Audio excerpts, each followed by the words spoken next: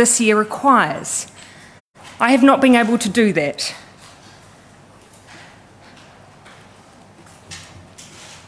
And so today I'm announcing that I will not be seeking re-election, and that my term as Prime Minister will conclude no later than the 7th of February. This has been the most fulfilling 5.5 years of my life, but it has also had its challenges. Amongst an agenda focused on housing, child poverty and climate change, we encountered a major biosecurity incursion, a domestic terror event, a major natural disaster, a global pandemic, and an economic crisis. The decisions that have had to be made have been continual, and they have been weighty. But I'm not leaving because it was hard. Had that been the case, I probably would have departed 2 months into the job. I am leaving because with such a privileged role comes responsibility. The responsibility to know when you are the right person to lead and also when you are not. I know what this job takes, and I know that I no longer have enough in the tank to do it justice. It's that simple. But I absolutely believe and know there are others around me who do. We've achieved a huge amount in the last 5 years, and I'm so proud of that. We are in a fundamentally different place on climate change than where we were, with ambitious targets and a plan to achieve them.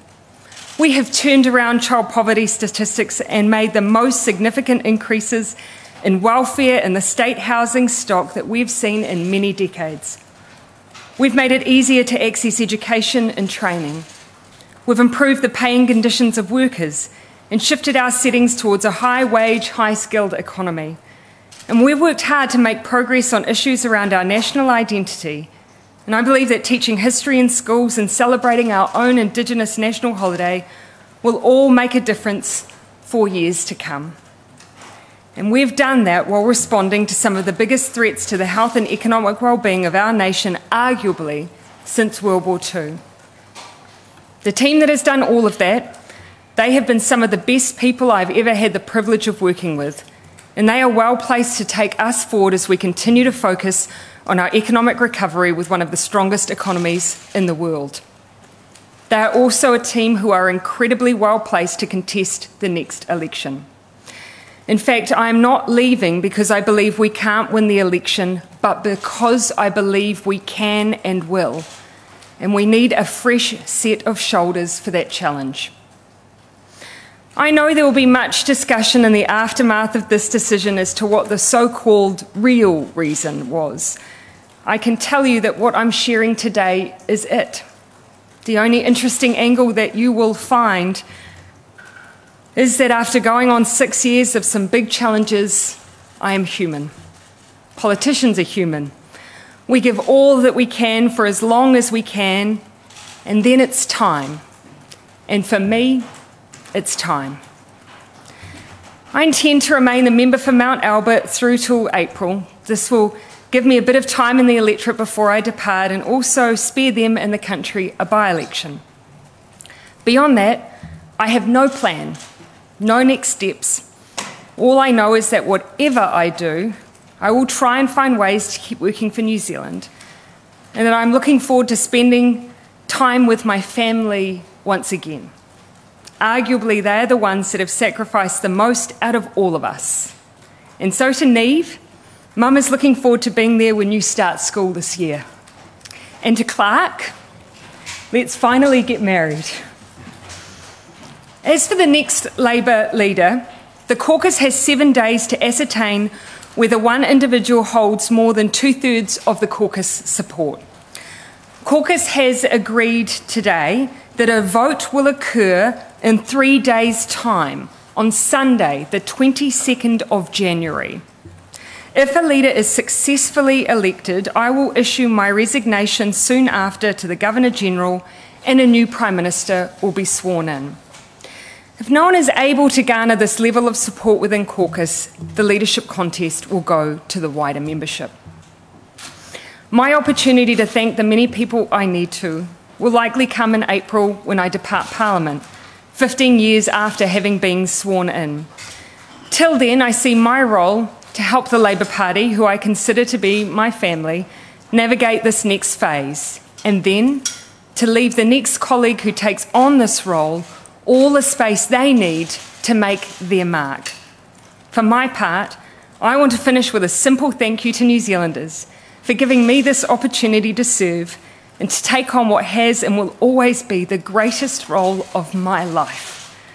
I hope in return, I leave behind a belief that you can be kind but strong, empathetic but decisive, optimistic but focused, that you can be your own kind of leader, one that knows when it's time to go.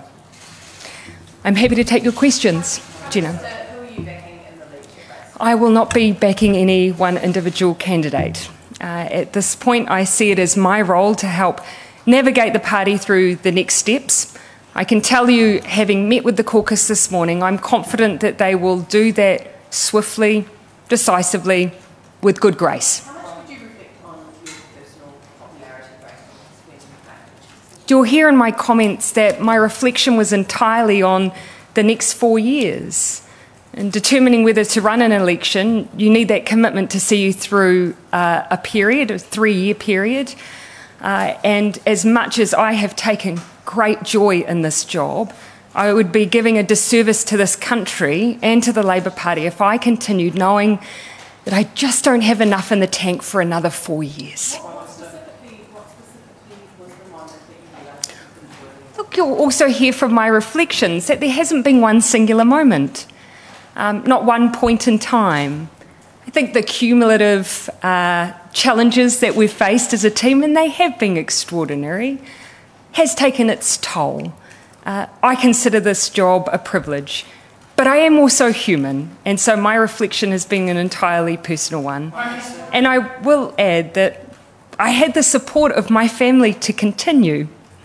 In fact, some members of my family, particularly close to me, wanted me to continue, but they've supported my decision. Prime Minister, so much Jason. of the Labour Party brand is built around Jacinda Ardern. Are you worried now that you stepping down will effectively hand the election over to the National Party? Not at all. In fact, you'll hear in my comments today, I've taken this decision because I believe this team has the strength to lead us successfully through the next election.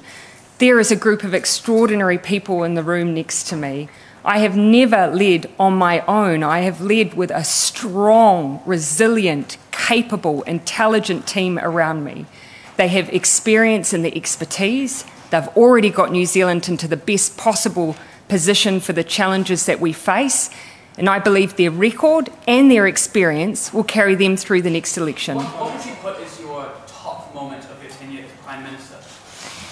I think I've spent so much time thinking hard about this decision because it is such a critical one, that there hasn't been too much time, I think, for self-reflection. I imagine that I'll do that in the coming months ahead.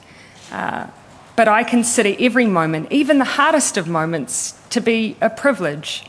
It's one thing to lead your country in peace times, it's another to lead them through crisis. There's a greater weight of responsibility, a greater vulnerability amongst the people.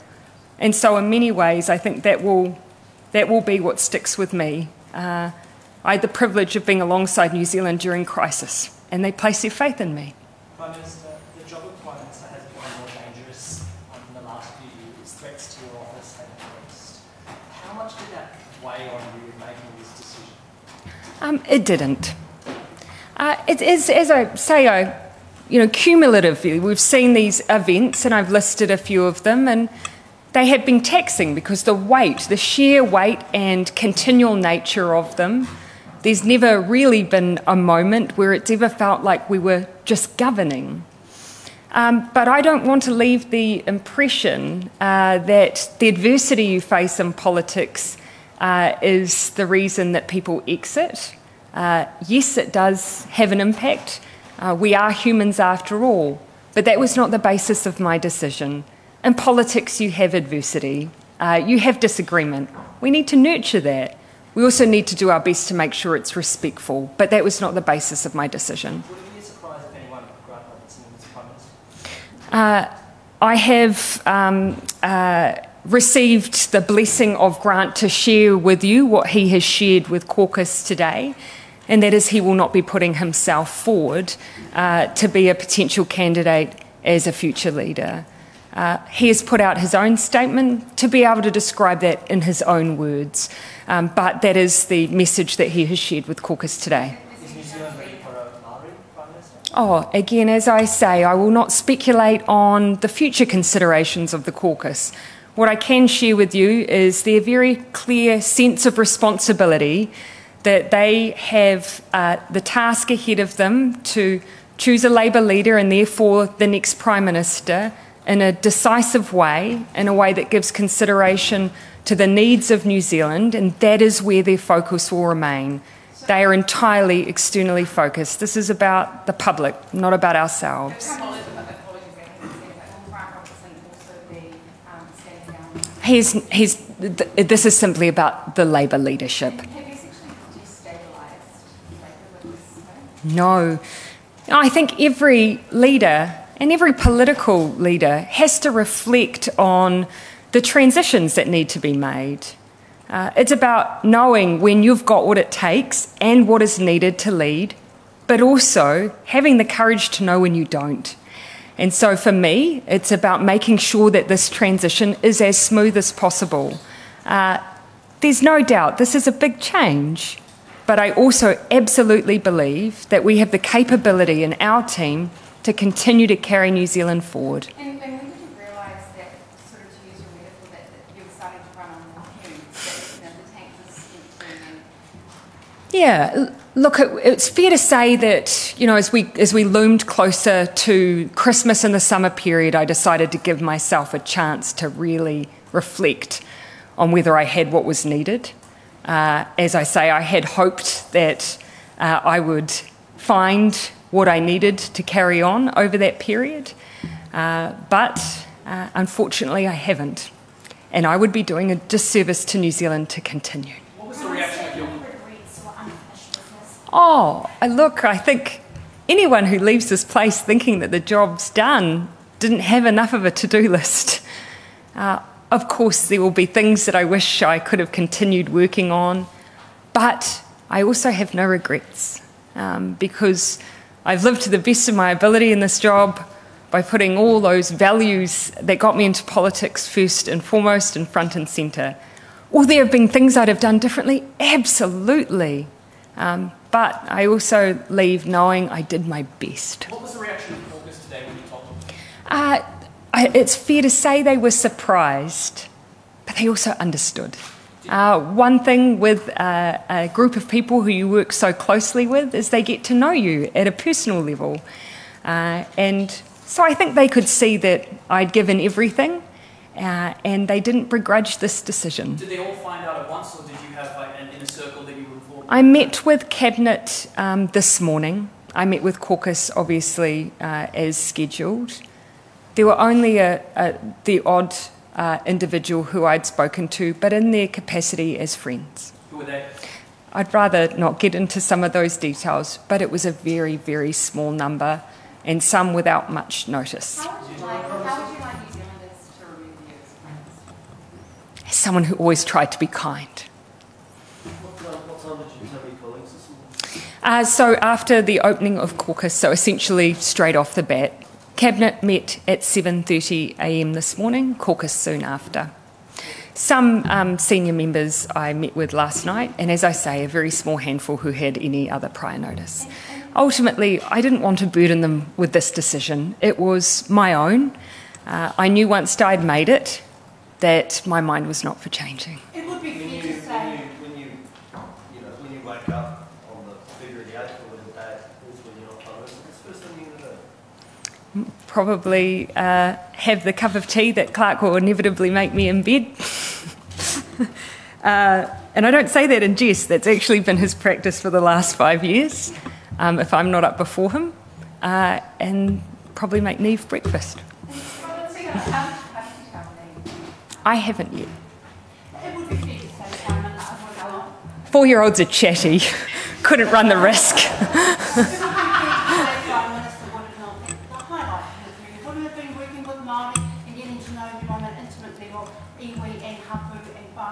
There's a reason I listed that in my remarks, because I have considered that one of my great privileges.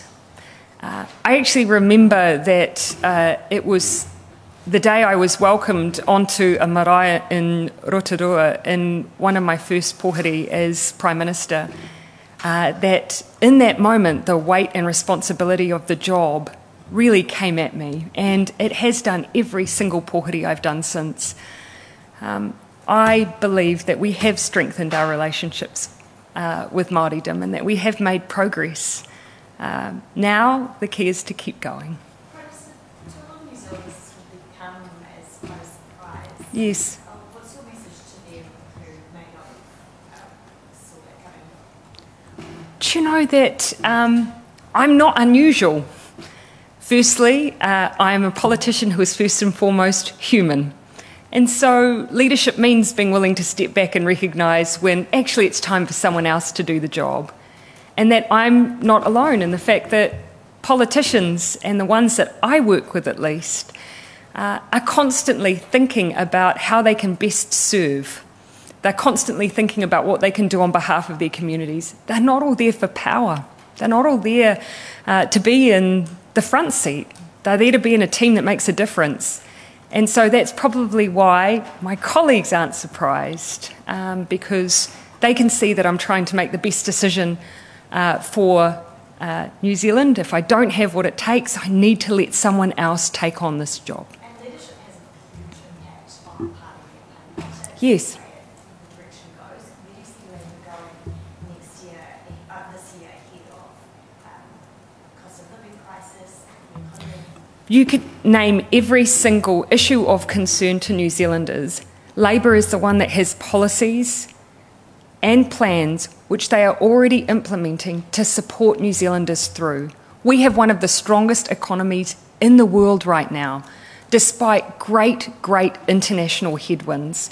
We have the record. I believe strongly that this team has what it takes to take an agenda to the New Zealand public that they will support.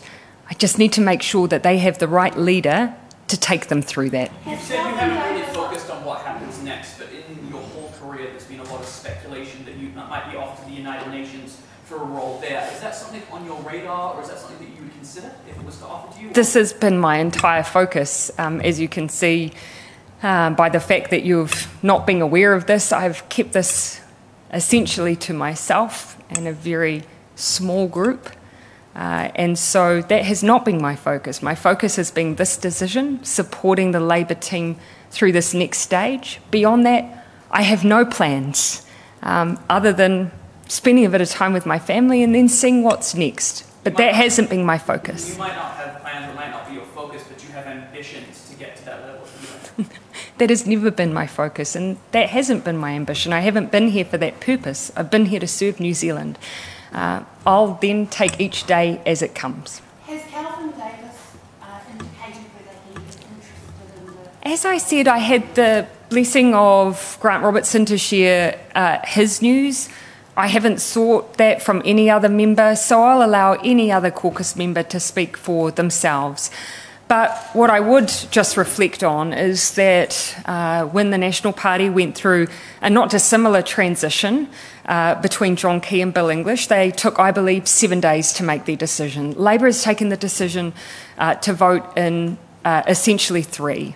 They do want to make sure they move quickly. They're very united in their focus. They know that they need to be focused on supporting New Zealanders in this time, and so that is why they're looking to move as quickly as they can. Did anyone flag that they were interested in...